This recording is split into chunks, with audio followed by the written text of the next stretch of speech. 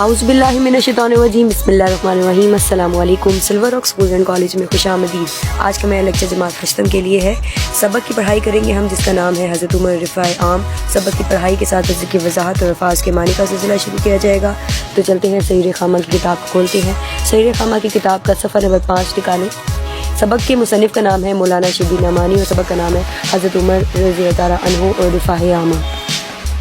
हज़रत उमर की तारीख़ ज़िंदगी में एक अजीब बात यह है कि अगरचे इनको हमेशा बड़े अहम अमूर से साबका रहता था, ताहम नहायत छोटे छोटे काम भी वो खुद अंजाम देते थे और उनके लिए उनको वक्त और फुर्सत की तंगी नहीं होती थी। उनमें ऐसे काम भी होते थे जिनका इख्तियार करना बज़ाहिर शान खिलाफत के ख़िलाफ़ था, लेकिन उनको किसी काम से आर न था। रोज़ीनादारों के जो रोज़ीने मुकर्रर थे अक्सर को जाकर तकसीम करते थे। कदियत और असफान मदीने से कई मंजिल के फासले पर 2 कस्बे हैं जहाँ कबीला ख़ज़ा के लोग आबाद थे। उन दोनों मकामों में खुद तशरीफ़ ले जाते। रोज़ीनादारों का दफ्तर हाथ में होता था। उनको देखकर छोटे बड़े सब के सब घरों से निकल आते थे और हज़रत उमर रज़ी अल्लाह अन्हु खुद अपने हाथ से तकसीम करते जाते थे।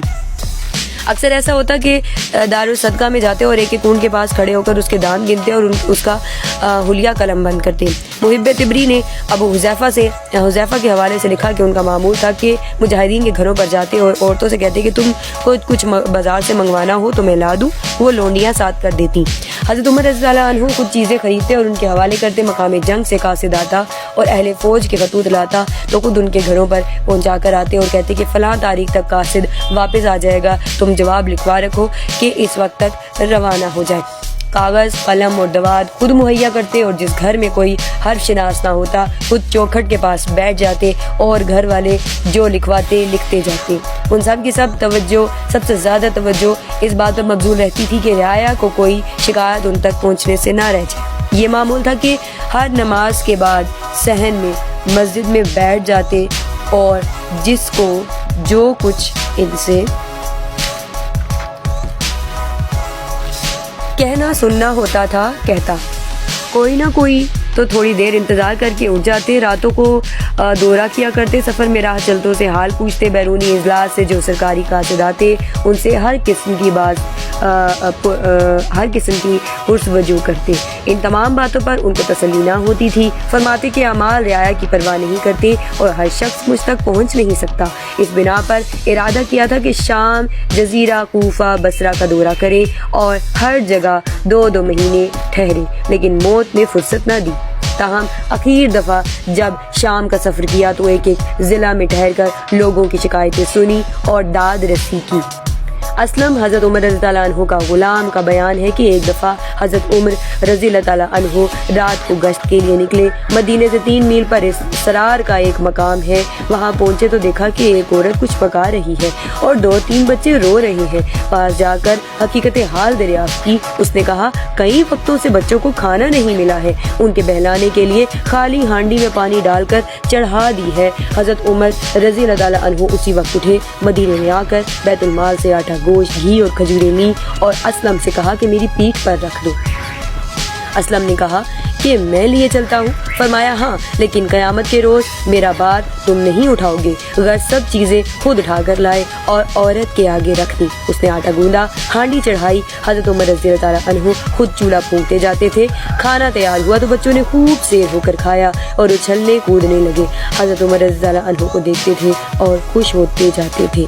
औरत ने कहा खुदा तुमको जज़ाए खैर दे, सच है कि अमीरुल मोमिनीन होने के काबिल तुम हो ना कि उमर। अब्दुर्रहमान बिन औफ का बयान है कि एक दफ़ा हज़रत उमर रज़ी अल्लाह अन्हु रात को मेरे मकान पर आए। मैंने कहा आपने क्यों तकलीफ़ की, मुझको बुला लिया होता। फरमाया अभी मुझे मालूम हुआ कि शहर से बाहर एक काफ़िला उतरा है। लोग थके मांदे होंगे, आओ हम तुम चलकर पहरा दी। चुनाचे दोनों असहाब और रात भर पहरा देते रहे। सईद बिन यरबू एक सहाबी थे जिनकी आंखें जाती रहीं। हज़रत उमर रज़ी अल्लाह अन्हु ने उनसे कहा कि आप जुम्मे में क्यों नहीं आते। उन्होंने कहा मेरे पास आदमी नहीं कि मुझको रास्ता बताए। हज़रत उमर रज़ी अल्लाह अन्हु ने एक आदमी मुकर्रर किया जो हमेशा उनके साथ साथ रहता था। एक दफ़ा लोगों को खाना खिला रहे थे। एक शख्स को देखा बाएं हाथ से खाता है। पास जाकर कहा कि दाहिने हाथ से खाओ। इसने कहा जंग मोता में मेरा दायां हाथ जाता रहा। हज़रत उमर रज़ी अल्लाह अन्हु को रकत तारी हुई और उसके बराबर बैठ गए। اور رو کر کہنے لگے کہ افسوس، تم کو وضو کون کراتا ہوگا، سر کون دھوتا ہوگا، تم کو وضو کون کراتا ہوگا اور سر کون دھوتا ہوگا، کپڑے کون پہناتا ہوگا۔ پھر ایک نوکر مقرر کر دیا اور اس کے تمام ضروری چیزیں خود مہیا کر دی۔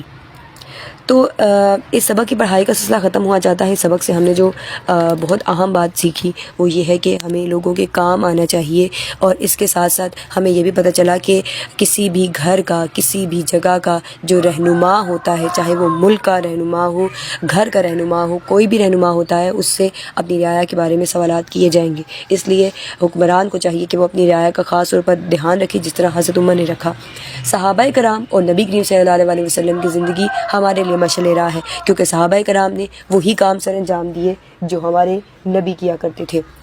تو اس سبق کے بعد ہمیں یہ پتہ چلا کہ حضرت عمر لوگوں کی کس طرح سے مدد کرتے تھے۔ اتنے اعلیٰ عہدے پر فائز ہوتے ہوئے بھی وہ لوگوں کے ساتھ عام لوگوں کی طرح ہی پیش آتے تھے، جس طرح سے ان کو کوئی عہدہ ملا ہی نہ ہو۔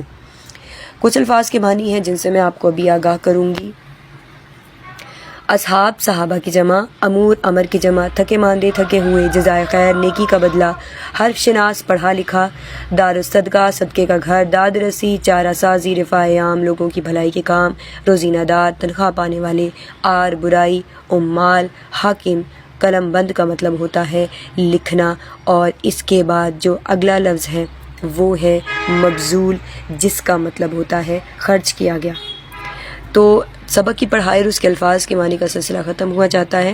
جو لفظ آپ کو مشکل لگے اس کو خط کشید کر لیجئے گا اور بار بار پڑھیے گا تاکہ آپ کی روانی بن سکے۔ خط کشیدہ الفاظ کو بار بار لکھیے گا بھی تاکہ آپ کی لکھنے کی صلاحیت میں بھی مزید نکھار آ سکے۔ ویڈیو پوری دیکھنے کا بہت زیادہ شکریہ۔ مجھے امید ہے کہ میرے باقی تمام لیکچرز کی طرح آپ کو آج کے لیکچر کی بھی اچھے طریقے سے سمجھ آئی ہوگی۔ کوئی چیز اگر آپ کو سمجھ نہ آئی ہو تو اس کے لیے ضروری ہے کہ آپ ویڈیو کو 2 سے 3 بار ضرور دیکھیں تاکہ آپ کو تمام